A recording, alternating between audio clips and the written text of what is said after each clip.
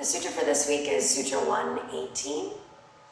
Virama pratyaya abhyasa purvaha samskara sesha anyaha. By the firmly convinced practice of the complete cessation of the mental modifications, the impressions only remain. This is the other samadhi, asamprajnata, or non-distinguished. So the samprajnata, which we spoke about a couple weeks ago, I took a couple weeks off, which we spoke about was distinguished contemplation. So we're choosing something that we can grab hold of that feels still quite tangible.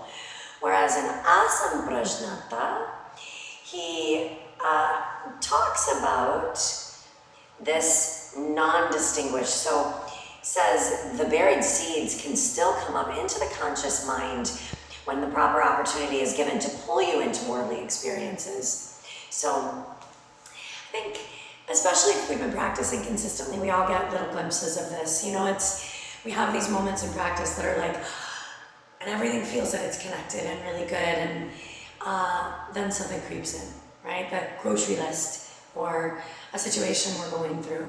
It's this constant sort of push of chitta vritti, this knocking of distraction. So, I mean, in a way, this sutra is really sweet because it essentially says, even if you're on the right path, even if you have these moments of absolute freedom, this jivan mukta, I feel my true liberated individual soul. Even if we have those moments, it's very possible for distraction to still come in. It's way less than when we first began, and chitta vritti seemed to be what was the only thing happening in the mind, the spinning, spinning, spinning. But, you know, less is more, it's better.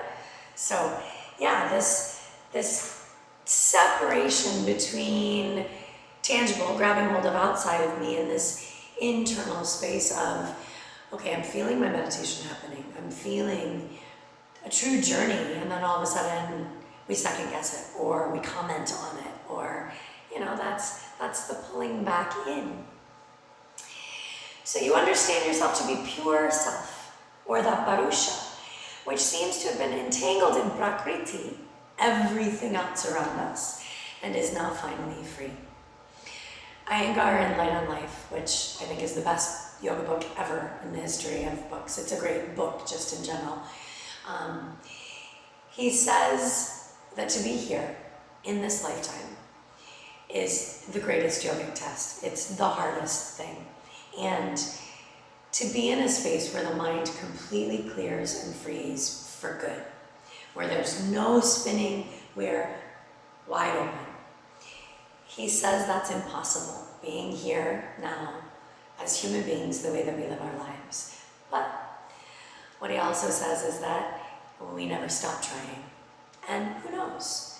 You know, I think yoga opens these amazing possibilities into what we used to think or believe were impossible. You know, things that seemed so far-fetched, or concepts that with our busy lives, our busy minds, the tightness of our bodies, whatever, seemed unreachable.